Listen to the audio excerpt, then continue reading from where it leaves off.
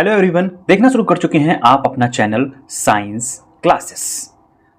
आज हम लोग डिजीज की सीरीज में पढ़ने जा रहे हैं बर्ड फ्लू या एवियन फ्लू के बारे में। ये कॉमन नहीं, अभी तो ये एक पैंडेमिक डिजीज बोली जा रही है, पैंडेमिक पैटर्न बोला जा रहा है, यानी कि एक महामारी है जो बताया जा रहा है कोरोना से भी ज़्यादा खतरनाक है। अगर एक्सपेंशन इसका देखने को मिलता है तो अभी ये कैसे, क्यों और अंडे और चिकन खाने से इंसानों में फैलता है या नहीं, इसके बारे में भी अभी हम पूरे डिटेल से वीडियो में इसके लक्षण और कारण के बारे में डिस्कस करने वाले हैं और समझने वाले हैं कि आखिर बर्ड फ्लू या एवियन फ्लू होता क्या है। वीडियो में आगे बढ़ने से पहले हम यहाँ पे बात करते हैं एक क्वेश्चन की। प्रश्न आपके पास मेंशन किया गया है, which of the following is a bird flu virus also known as avian flu virus. Avian flu virus या बर्ड फ्लू वायरस इनमें से कौन है? ऑप्शन है आपके पास H1N1, ऑप्शन है दूसरा H5N5, तीसरा ऑप्शन है H5N1 और चौथा ऑप्शन है N1H5। आंसर आप नीचे कमेंट बॉक्स में मेंशन कर सकते हैं, इसका आंसर आपको वीडियो के लास्ट में मेंशन किया जाएगा। अब बात करते हैं शुरुआत से कि बर्ड्स जो माइग्रेटिंग बर्ड्स होती हैं, माइग्रेटिंग बर्ड्स वो होती हैं जो एक सीजन से लॉन्ग डिस्टेंस कवर करके, जैसे साइबेरियन क्रेन की बात करते हैं तो साइबेरिया से उड़ान भर के एक यूरोपियन कंट्री तक ये पहुंचती हैं। तो ये जो लॉन्ग डिस्टेंस ट्रेवल करती हैं बर्ड्स, या फिर अगर हम यहाँ पे बात करें एक्वेटिक बर्ड्स की, एक्वेटिक बर्ड्स वो बर्ड्स होती हैं जो पानी में रहती हैं। इनके पास ये वायरस प्रेजेंट होते हैं। जब हम बात कर रहे हैं वायरस की तो हम यहाँ पे आज जिक्र कर रहे हैं बर्ड फ्लू वायरस की।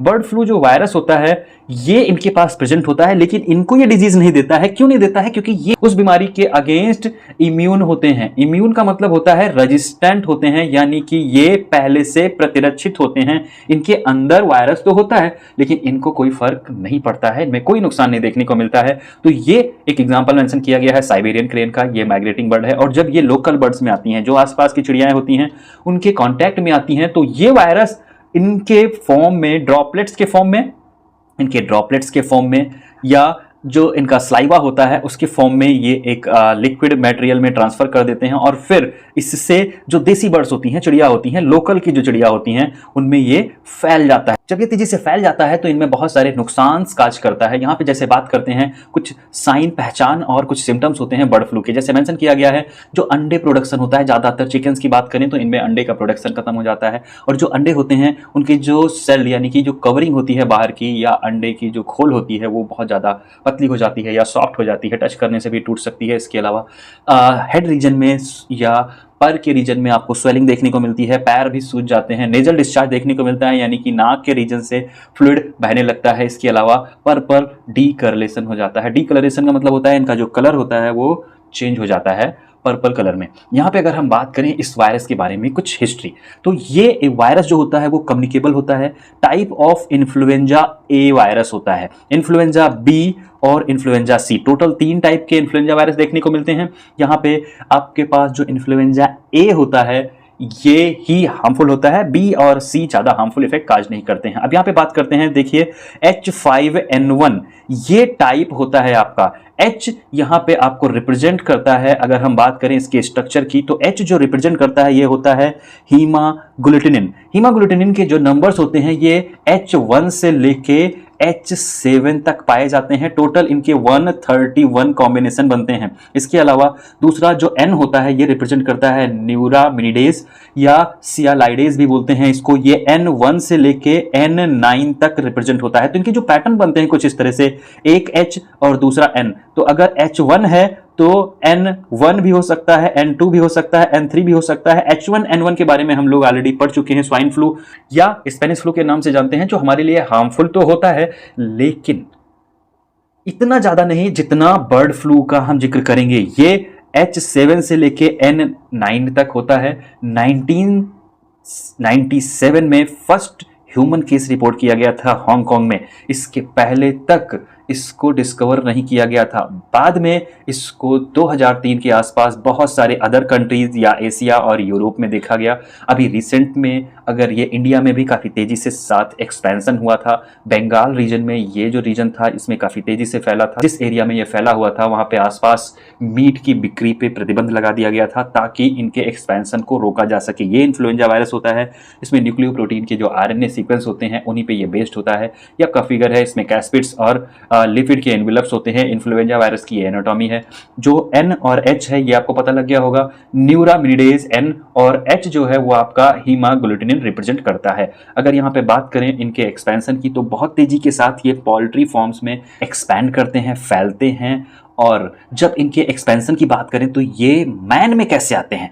एनिमल में तो आपको पता लग गया कैसे आ रहे हैं, लेकिन मैन में कैसे आते हैं और कैसे हार्मफुल हैं इसका जिक्र करते हैं। डायरेक्टली अगर किसी पर्सन का बर्ड्स के कांटेक्ट में, अगर एक बर्ड को बर्ड फ्लू हो गया है और उसको आप हाथ में उठा के खेल रहे हैं तो उसकी वजह से क्या होगा, आप अपने हाथों की उंगलियां जब अपने मुंह में, नाक में या आंखों में टच कराएंगे तो उसकी वजह से वायरस आपकी बॉडी में एंटर कर सकता है। इसके अलावा अगर कंटामिनेटेड सरफेस में, यानी कि वहां पे पहले से किसी सरफेस पे कंटामिनेशन है, जैसे आप पोल्ट्री फॉर्म में जाते हैं, पोल्ट्री फॉर्म में भले ही आप मुर्गी को डायरेक्टली टच नहीं करते हैं लेकिन उसके गेट को टच करते हैं या टेबल को टच करते हैं जहां पे मुर्गी की वजह से पहले वायरस है, तो वो वायरस आप में फैल सकता है। इसके अलावा आपको पता है बर्ड्स तो उड़ सकती है ना, तो बर्ड्स जब उड़ रही होती हैं, अगर उड़ने के समय उनमें बर्ड फ्लू के वायरस प्रेजेंट हैं उनके पंखों से या उनके ड्रॉपलेट्स या फीकल जो डिफिकेशन होता है उसकी वजह से भी आप उसके कांटेक्ट में आने पे जब आसपास रीजन से गुजरेंगे आप सांस तो लेंगे ही, और जब सांस लेंगे तो कुछ ड्रॉपलेट्स अगर अंदर चली जाती हैं तो ये आपको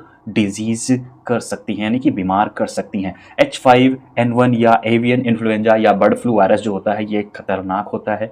इसको फैटल क्यों बोल रहे हैं? फैटल इसलिए बोल रहे हैं क्योंकि इसकी जो डेथ रेट है, अब यहाँ पे कहा जाता है कि कोरोना से ज़्यादा खतरनाक है। कोरोना से ज़्यादा क्यों खतरनाक है? क्योंकि इसका जो डेथ रेट है वो है 50%। लेकिन अगर हम बात करें कोविड-19, जब एक्सपेंशन हुआ था इसका बहुत तेजी के साथ, तब भी इसका डेथ रेट 20% था, जो अब जाके बहुत ही कम, लगभग 2% के आसपास हो गया है। अब तो ये हमें सर्दी जुकाम जैसा लगता है कि कोरोना अगर किसी पर्सन को हो जाए तो अब हम लोग ऐसा ही मानते हैं कि ये क्या हो गया है, जुकाम हो गया है। लेकिन अगर बर्ड फ्लू होता है तो इसके डेथ रेट के जो चांसेस अभी तक रिपोर्ट किए गए हैं 50% हैं। इसको यूरोपियन एजेंसी यूई की, यूरोपियन फूड सेफ्टी एजेंसीज ने वार्निंग जारी की है कि ये हमारी बॉडी के लिए बहुत ज़्यादा नुकसानदायक है, क्योंकि फैटल परसेंट इसका बहुत ज़्यादा है। ये हमारे पूरे लंग्स को सबसे पहले डैमेज करता है और ये हमारे रिस्पायरेटरी ट्रैक्ट को धीरे धीरे खत्म कर देता है।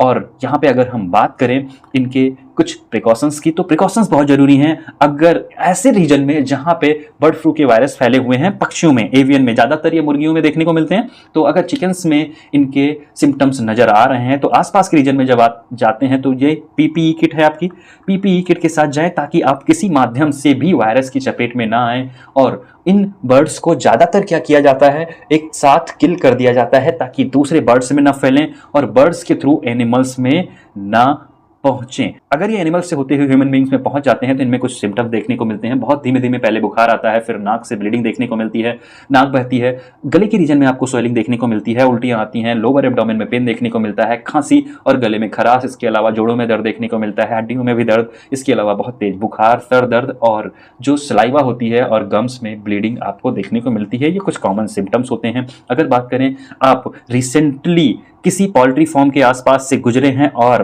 आपको पता है कि उस रीजन में बर्ड फ्लू फैला हुआ है, तो अपने डॉक्टर्स के पास जरूर विजिट करें और बर्ड फ्लू का एक टेस्ट करवा लें। नॉर्मल 2 से 3 दिन का आप गैप ले सकते हैं, लेकिन ज़्यादा लंबा गैप लेने की जरूरत नहीं है। ये 2 से 3 दिन आपको लगेगा जुकाम जैसे सिम्टम्स हैं, लेकिन अगर साथ में उल्टियां और चिलिंग ट्रीटमेंट्स आपको नजर आ रहे हैं तो एक बार जांच जरूर करवा लें। पीसीआर टेस्ट के थ्रू इसकी कंफर्मेशन टेस्ट होती है। अगर ये हो जाते हैं तो एंटीवायरल ड्रग्स प्रोवाइड कराई जाती हैं। 5 से 7 दिन तक इसका जो इफेक्ट होता है दवाइयों का वो कंटिन्यू रहता है, तब जाके अच्छे से अगर आप आराम करते हैं तो ये राहत दे सकते हैं। हालांकि इसकी जो ड्रग्स हैं या मेडिसिन की अगर हम बात करें तो वो अवेलेबल हैं। इनके वैक्सीन तक प्रिपेयर कर रखे हैं पहले से, ताकि ये कोविड की तरह बहुत लार्ज स्केल पे इसका एक्सपेंशन ना हो पाए। तो बचाव बेहतर उपाय है, इससे आप जितना बच के रहें उतना बेहतर है। अब वापस से आते हैं अपने क्वेश्चन पे। क्वेश्चन मेंशन किया गया था जो बर्ड फ्लू वायरस है इसका नाम क्या है, तो सी आंसर हो जाएगा आपका H5N1। हाँ, अंडे और चिकन खाने से ये इंसानों में नहीं फैलता है। अगर अंडे और चिकन अच्छे से स्टरलाइज किए गए हैं, पकाए गए हैं और तब खाए गए हैं, भले ही उस रीजन में बर्ड फ्लू फैला हो, लेकिन अगर ये पैक्ड चिकन आप यूज कर रहे हैं तो वो स्टरलाइज फॉर्म में होते हैं, उनकी वजह से ये फैलता नहीं है। फैलने का पैटर्न भी आपने डिस्कस किया। उम्मीद है अच्छे से आप समझ गए होंगे बर्ड फ्लू के बारे में और क्या क्या हमारे ये नुकसानदायक हो सकते हैं, या सिम्टम्स क्या क्या हैं, इनके कारण क्या क्या हैं। किसी भी तरह का कोई डाउट नहीं रह गया होगा।